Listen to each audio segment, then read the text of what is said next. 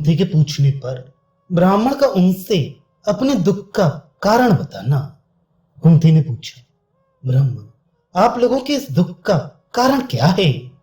मैं ये ठीक ठीक जानना चाहती हूँ। उसे जानकर यदि मिटाया जा सकेगा तो मिटाने की चेष्टा करूंगी। ब्राह्मण ने कहा, तपोधनी, आप जो कुछ कह रही हैं वे आप जैसे सज्जनों के अनुरूप ही है, परंतु हमारे इस दुख को मनुष्य नहीं मिटा सकता। इस नगरी के पास ही यहां से 2 कोस की दूरी पर यमुना के किनारे घने जंगल में एक गुफा है। उसमें एक भयंकर हिंसा प्रिय नरभक्षी राक्षस रहता है।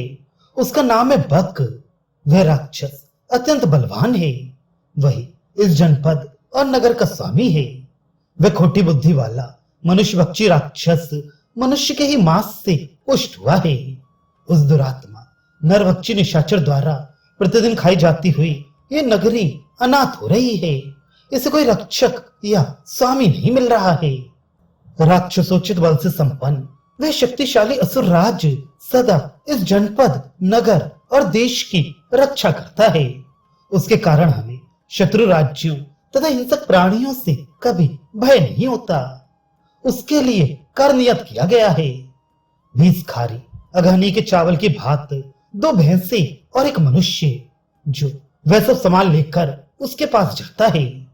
प्रत्येक गृहस्थ अपनी बारी आने पर उसे भोजन देता है।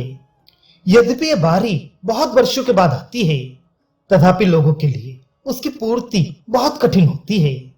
जो कोई पुरुष कभी उससे छूटने का प्रयत्न करते हैं, वह राक्षस उन्हें पुत्र और स्त्री सहित मारकर खा जाता है।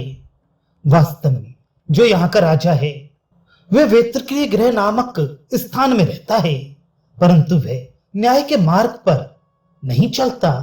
वह मंदबुद्धि राजा यत्न करके भी ऐसा कोई उपाय नहीं करता जिससे सदा के लिए प्रजा का संकट दूर हो जाए। निश्चय ही हम लोग ऐसा ही दुख भोगने के योग्य हैं, क्योंकि इस दुर्बल राजा के राज्य में निवास करते हैं। यहाँ के नित्य निवासी हो गए हैं और इस दुष्ट राजा के आश्रय में रहते हैं।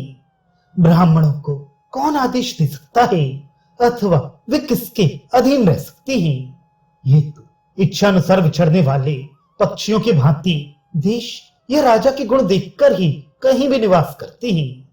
नीति कहती है, पहले अच्छे राजा को प्राप्त करें, उसके बाद पत्नी की और फिर धन की उपलब्धि करें। इन तीनों के संग्रह द्वारा अपने जात भाइयों तथा पुत्रों को संकट से बचाई।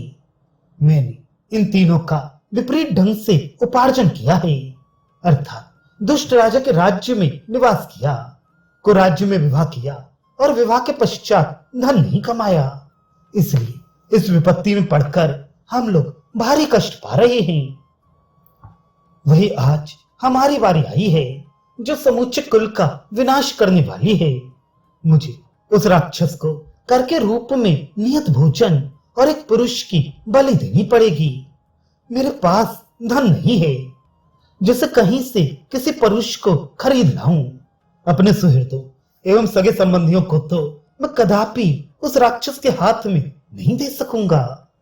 उस निशाचर से छूटने का कोई उपाय मुझे दिखाई नहीं देता, अतः मैं अत्यंत दुस्तर दुख के महासागर में डूबा हुआ हूं।